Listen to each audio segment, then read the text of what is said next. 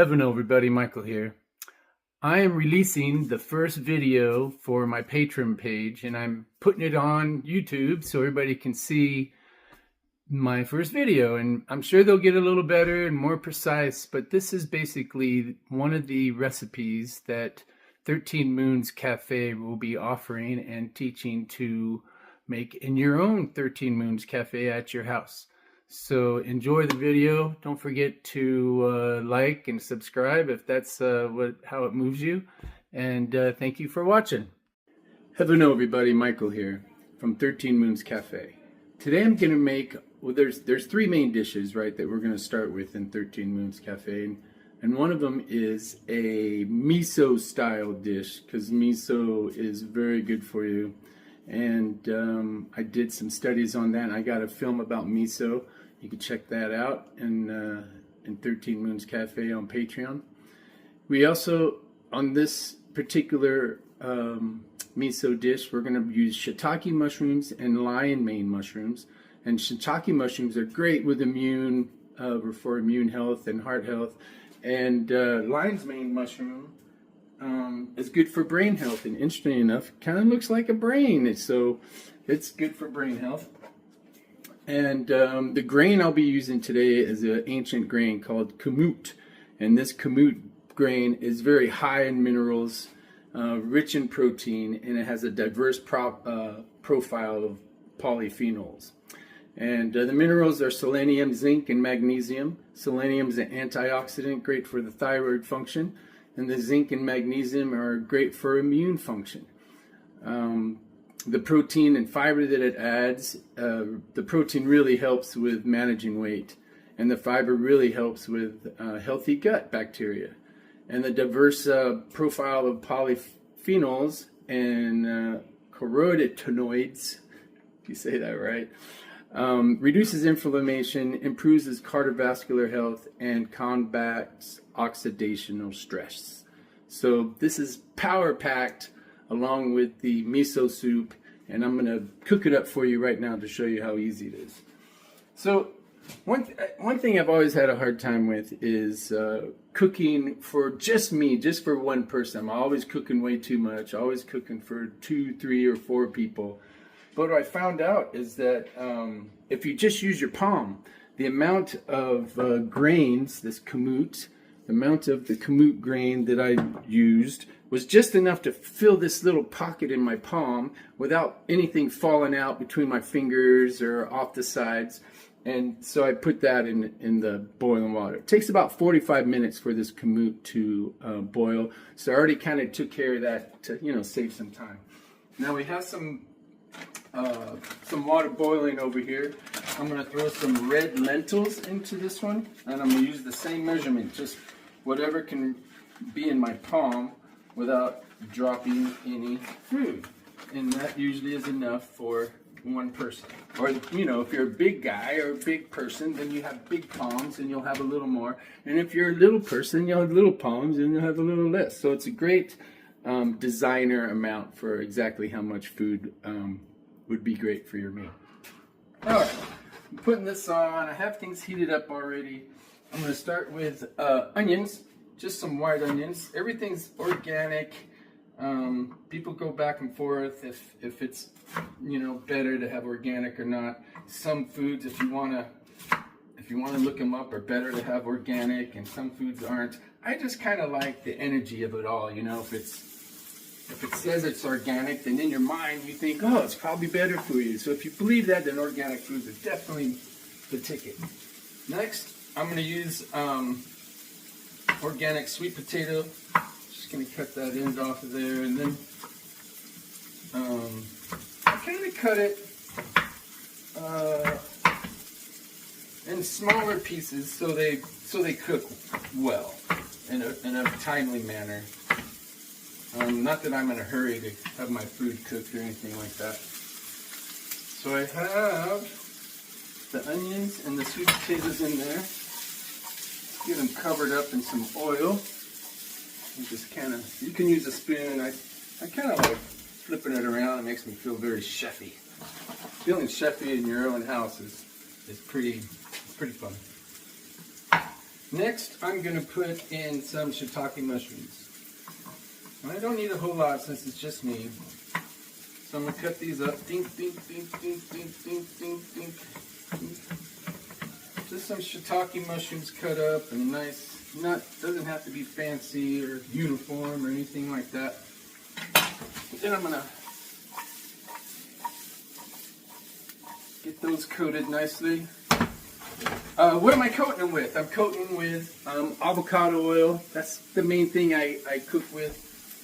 I don't like to use seed oil. Seed oil was developed a long time ago to fuel machinery. And then there was the excess when it no longer was needed. And then they just moved it over to the cooking aisle. And people have been using it. And there's one aspect I heard about seed oil is that it makes your skin really sensitive to the sunlight. And so no seed oil. And all of these 13 Moon recipes. Alright. And I also like to use ghee. Ghee is just clarified butter. You can make your own ghee. You can put a bunch of butter in a pot and just kind of put it on low so it melts, and then it will separate naturally to a clear part and a very it'll separate the cream from the oil, and the oil that's left is ghee. And ghee is a really great high temperature oil to cook with. I put a little more in there because those mushrooms tend to soak it up. And if you're really cooking your mushrooms, I don't like to cook everything a whole lot, but if you're really cooking your mushrooms, then when they start giving back the oil that they soaked up, then they're done. Totally done. So, alright. Here's some lion's mane. You just cut it up the same way you would do anything else. If it's in good shape, it won't fall apart on you. You know, it's just cut up like any other product. It's almost like meat, these mushrooms. Alright, I think that's probably too much. But it's going in! I love mushrooms, especially these medicinal kind. A good coating on those guys.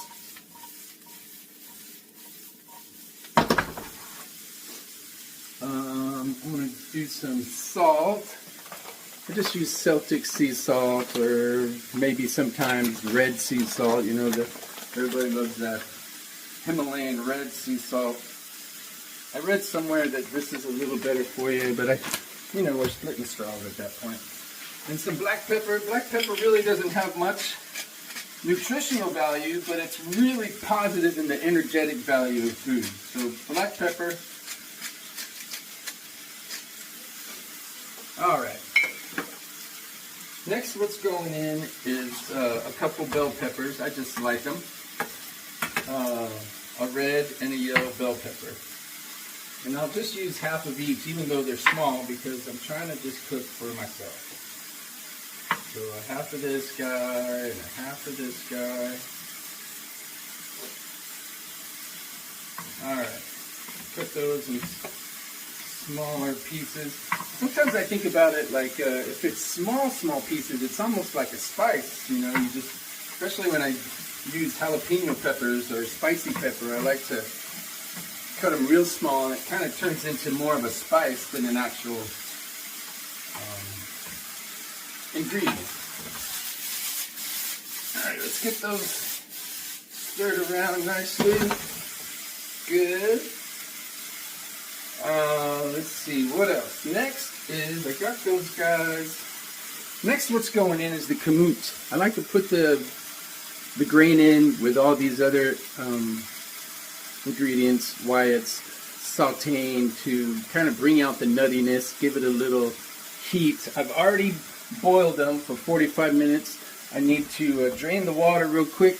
I'll be right back. I'll just drain this water. And they really come out nice. They're all plump and really soft, and you got to chew things. Chewing is a very important part of health. So, it has a really nutty, good flavor. I'm putting that in with the rest of it.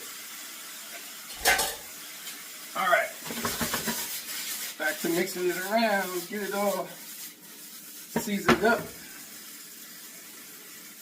All right. Getting that going. The sweet potatoes are cooking.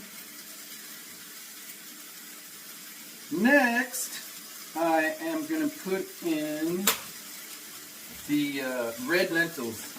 I'm just using some Bob's red lentils. Red lentils are really high in fiber, and they're really good for your gut health, and they're high in protein, and they're just packed with nutritional goodness. So let me do this real quick. I'm gonna drain the lentils, and I'm just gonna put those into. The lentils were cooked right when I started. It doesn't take long for them to get soft, and they're gonna get softer when it starts finishing the cooking process. All right, so those are my main ingredients. They're in. And if I'm worried about the potatoes being not soft enough, I can just cover it up like that, and then they'll get softer quicker. I don't like to cover it for too long, and I want everything to get all mushy, but just to help the peppers along.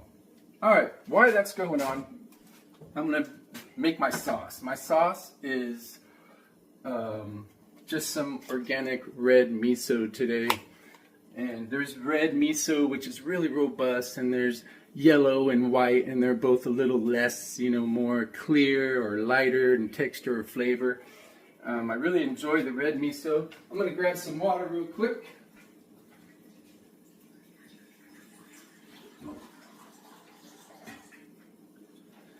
I don't know, maybe like a cup. I did more than a cup. But about a cup of water for the amount of miso that I'm going to use just for myself. And for the miso, I just grab a whisk, and I just scoop some. Just scoop a little miso. It looks about like a tablespoon worth, maybe. And that seems good for the amount of water I'm using. Then I just whisk it up. I just put it in there and get it all broken up, and as it heats up, it'll continue breaking up, and I'll continue whisking it. So let's put it on this hot one. All right. So that's going, and this food is going.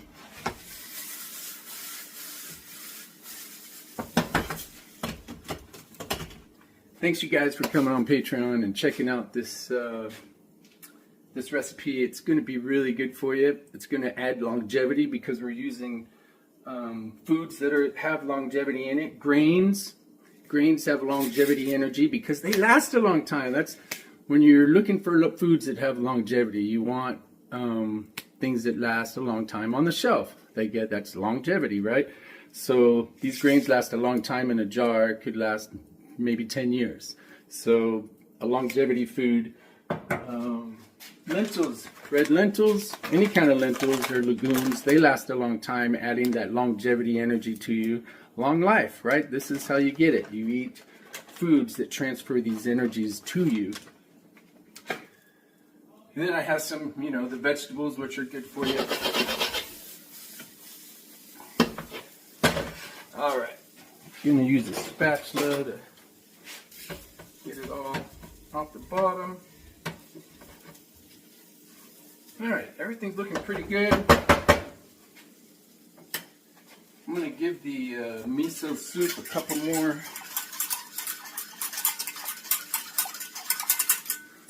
Now, the miso soup's ready to go when it kind of becomes uniform, and there's no big chunks, and it creates this really interesting miso soup separation between let's say the liquid and the miso in it, and you can see little clouds of miso in it, and now you know it's ready to go.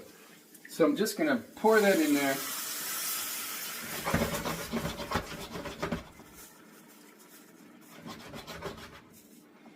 I'm going to turn it up a little. I'm going to pour it all in there. All right. All right, so that's basically it. There you go. The miso dish is ready.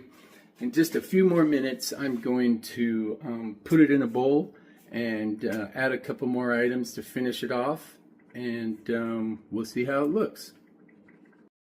All right, I'm back. It really was just enough time for me to put away some of those cold items, and everything's ready to go. I tasted the sweet potatoes, and they're really soft.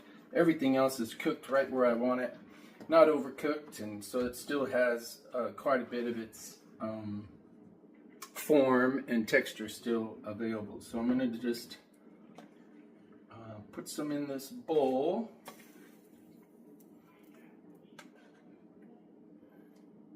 That, and I'm gonna finish it off with some avocado. I just like to kind of cut the avocado like that. On the side that the seed doesn't come in, I just do some slices with my knife. It doesn't even have to be uniform. It's just, you know, for the garnish.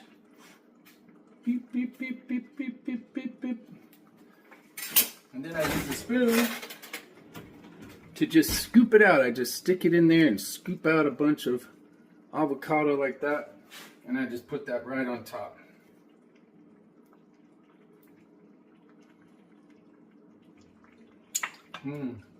Sorry, I'm licking my fingers. And that's pretty much it. If you have some fresh herbs, I like to put some fresh oregano in there. Or sometimes I like to put some red pepper flakes. Matter of fact, I think I'll do that. Let me grab some red pepper flakes. I like spicy food still. Not sure why, but they're really good. All right. Well, here is the finished product. This is your kamut miso soup dish with sweet potatoes, 2 kinds of mushrooms, lion's mane and shiitake, with red miso as the soup. And that would be one of the dishes that 13 Moons Cafe offers, and that's what you'll be making in your kitchen when we transform it into a 13 Moons Cafe. Thank you so much, New Earth Leadership.